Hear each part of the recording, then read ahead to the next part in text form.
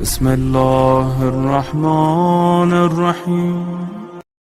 عزیزان گرامی، جناب امیر کے لہجے میں بس دو ہی ہستیوں نے کلام کیا ہے۔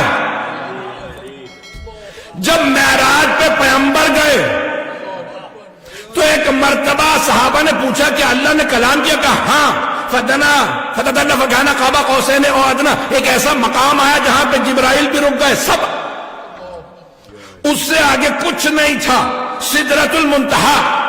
تو صحابہ نے کہا یا رسول اللہ، اللہ نے آپ سے کلام کیا؟ کہا ہاں۔ کہا کیسے؟ کہا میں نے بھی پوچھا جب اللہ نے کلام کیا،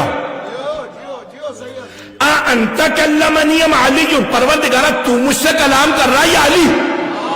نہیں ہے مجمع، یہ فیض کاشانی نے لکھا تفسیر۔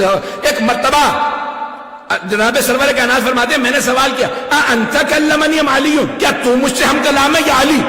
تو اللہ نے کہا انا کلمتک، میں ہم کلام ہوں، میں خود کلام کر رہا ہوں۔ کیا پروردگارہ یہ علی کا لہجہ کیوں؟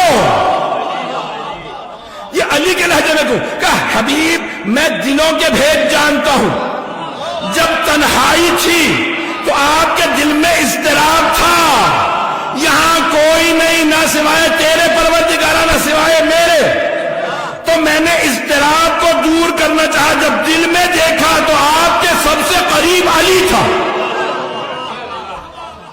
اے میرے حبیب، اے میرے حبیب، آپ کے دل میں جو سب سے آپ سے قریب ہے وہ آپ کا بھائی علی ہے، تو میں نے علی کے لہجے میں کلام کیا۔